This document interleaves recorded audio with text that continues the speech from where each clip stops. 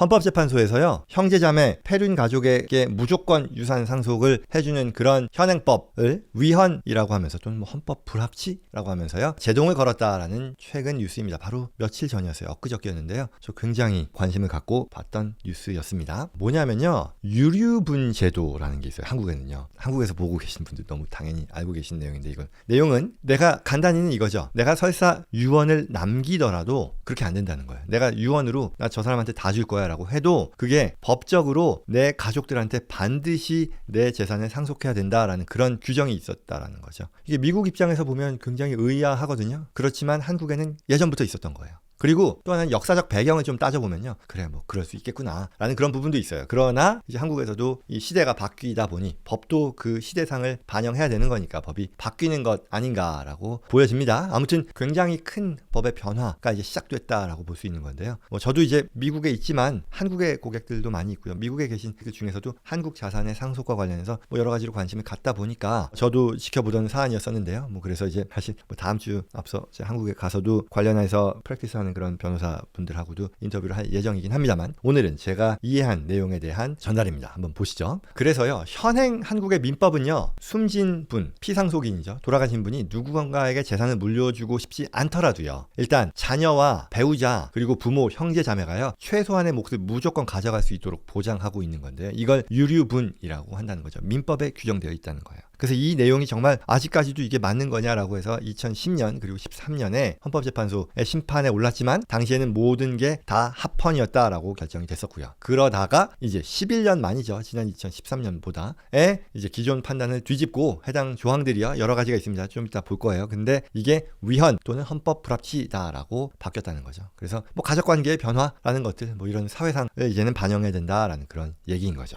그래서 그 내용은 크게 세 가지예요. 그리고 이건 제가 이해한 내용이라서요, 100% 맞지 않더라도요, 양해해 주세요. 다음에 인터뷰해가지고 이 한국 법에 정통한 그런 변호사 분들과 또 얘기를 할 겁니다. 갖는 의미, 그리고 앞으로 어떻게 대비하게 될 것인지. 자, 첫 번째는요, 여기 형제자매에 대한 부분이에요. 형제자매에게 법정 상속분의 3분의 1을 보장해주는 현행법을요, 위헌 결정했어요. 그냥 이거는 안 돼. 이건 말도 안 돼. 앞으로는 아니야. 그래서 즉시 법적인 효력을 잃었습니다. 왜냐? 형제자매는 상속 재산을 형성하는 데 있어서 기여한다라는 것을 앞으로 인정하지 않겠다라는 얘기인 거죠. 과거에 유류분을 보장했었던 이유는 인구의 절반가량이 농민이었었다는 거지. 옛날에 처음 도입됐던 그 1977년이었다고 하는데요. 가족들이 같이 이제 하다 보니까 가족 재산이라는 개념이 가능했지만 이제는 그러한 의미가 달라졌다라는 그런 뜻으로 풀이된다라는 겁니다. 자, 그 다음에 두 번째는요, 이것도 또 있는 건데, 자녀와 배우자 그리고 부모의 유류분을 규정한 법에 대해서는요, 헌법 불합치 결정을 했습니다. 가족 간의 연대를 유지하고요, 유족의 생존권을 보장하는 차원에서 이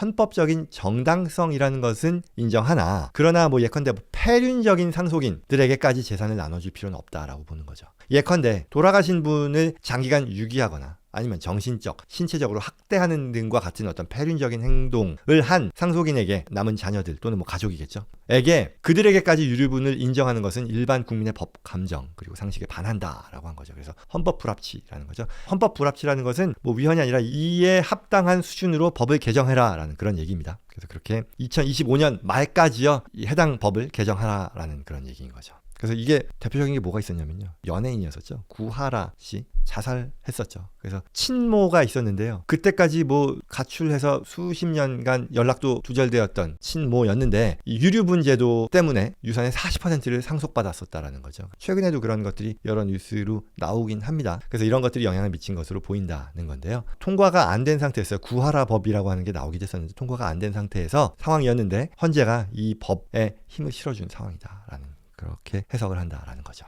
자, 다시 돌아와서요. 그러면 이제 두 번째까지 봤고요. 세 번째는요, 이것도 굉장히 중요한 부분인데요, 고인이 생전에 이 증여한 재산을요, 유류분 배분의 예외로 인정하지 않는다. 말이 좀 어려운가요? 그게 아니고 이게 미리 내가 증여를 했단 말이에요. 근데 그것도 돌아가시면 상속 대상 자산으로 다시 평가해서 거기서 이제 유류분으로 다시 쪼갠다라는 거니까 고인이 돌아가시기 전에, 세상을 떠나기 전에 증여한 것까지도 인정을 못 받는 그런 상황이 되는 거잖아요. 그래서 피상속인을 오랫동안 뭐 부양했다거나 아니면 상속재산 형성에 기여한 상속인이요, 그에 대한 보답으로서 고인으로부터 생전에 재산의 일부를 증여받으면 사실은 그만큼은 인정받아야 되는 건데, 현행법은요, 이 증여재산이 유류분을 산정하는 기초재산으로 다시 산입이 된다는 거죠. 그래서 이런 것에 기여하지 않은 그 상속인이 반환 청구, 유류분 반환 청구를 하면 이 재산을 반환하는데 거기에 이제 포함되는 그런 불합리한 상황이 발생하더라라는 거죠. 결국 그 말은 부양이라던가 재산 형성에 기여한 사람과 기여하지 않은 사람이 당연히 어떤 생전 증여에서 차이를 받았을 텐데 이거를 다시 또 합쳐가지고 동일하게 나눠야 된다는 것은 합리적이지 않다.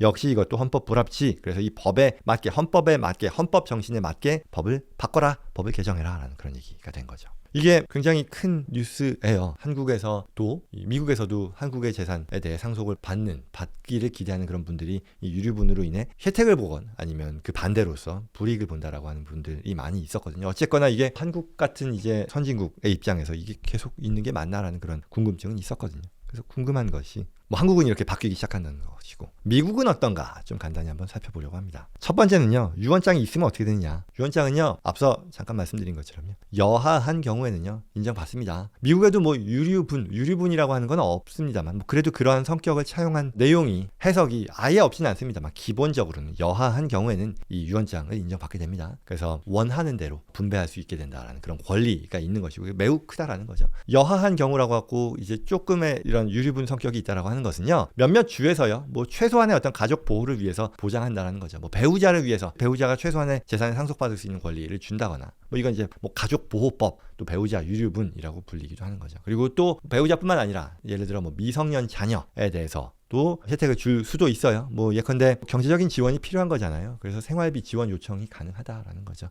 특히 이제 유언장이 만들어졌는데 그 뒤에 태어난 그런 자녀들도 있을 수 있잖아요. 여기에 또 해당이 된다라는 거죠.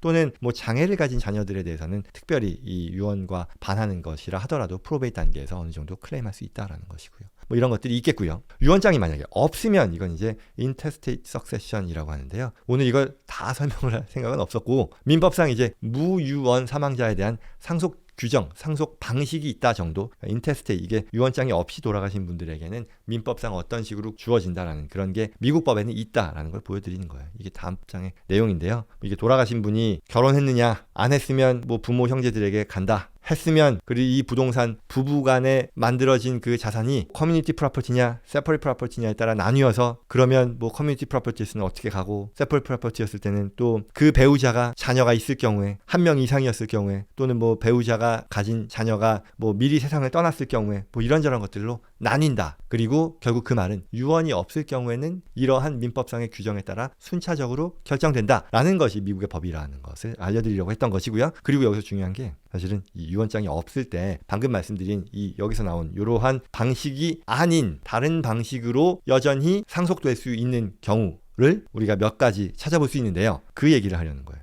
첫 번째는요. 리빙 트러스트요. 리빙 트러스트는 유언장이 아닙니다. 제가 맨날 같이 얘기하는 그 리빙 트러스트 맞아요. 리빙 트러스트에서도 내 재산을 어떤 식으로 사후에 디스트리뷰트 할지 말하자면 상속할지를 지정하잖아요. 그리고 그 리빙 트러스트에 들어간 자산은요. 앞서 얘기했던 유언이 있느냐 없느냐 또는 뭐 유언이 없을 때 인테스테이트 석세션 룰에 따르냐 이런 거 없이 프로베이트도 들어가지 않고 그 방식대로 자산이 배분된다. 라는 그런 얘기겠고요. 그 다음에 두 번째는 라이프 인슈런스도 있어요. 생명보험이죠. 생명보험의 사망보험금 같은 경우도요. 거기서 베네피셔리가 지정이 되면 그건 이제 뭐 유언 유무와 무관하게 된다라는 것이고요. 그 다음에 리타이먼트 어카운트도 마찬가지입니다. 내가 이 리타이먼트 어카운트 401k라던가 아니면 IRA 이런 거죠. 베네피셔리 지정하잖아요. 유언장과 상관없이 지정해서 넘어간다라는 것이고요. 그 다음에 Transfer on Death Account라는 것은요. TOD 어카운트라고 하는데 금융계좌들을 말합니다. 은행이라던가 은행의 체킹 어카운트일 수도 있고요. 증권사 브로커리지 어카운트일 수도 있고요. 여기에 베네피셔리를 지정할 수 있는 그런 경우들이 있어요. 이럴 경우에도 유언장에 따른 그런 배정이라던가 아니면 그런 것 없이 그 베네피셔리 지정된 사람에게 사후에 자동으로 넘어가게 되고요. 그 다음에 jointly owned property 이제 조인트 오너십이 있는 경우도 마찬가지입니다. 그래서 이 경우에는 조인트 오너십이 있을 경우에는 한 분이 돌아가시면 surviving 그 오너한테 전체 자산의 소유권이 넘어가게 된다라는 그런 얘기입니다. 그래서 결국 얘기하려고 했었던 것이었는데요. 결국 원래는 한국의 그 유류분 제도가 위헌 판정 또는 뭐 헌법 불합치 판정을 받음으로써 굉장히 큰 변화가 있을 것으로 예상된다라는 걸 공유하고 싶었고 그러다 보니 또 미국 얘기를 비교해서 말씀드렸습니다. 이 중요한 전환점이 될 법한 합법한 이 한국 헌법재판소의 판결 내용 관심 가진 분들 또는 가져야 할 분들이 많을 거라고 생각해서 다뤄봤습니다.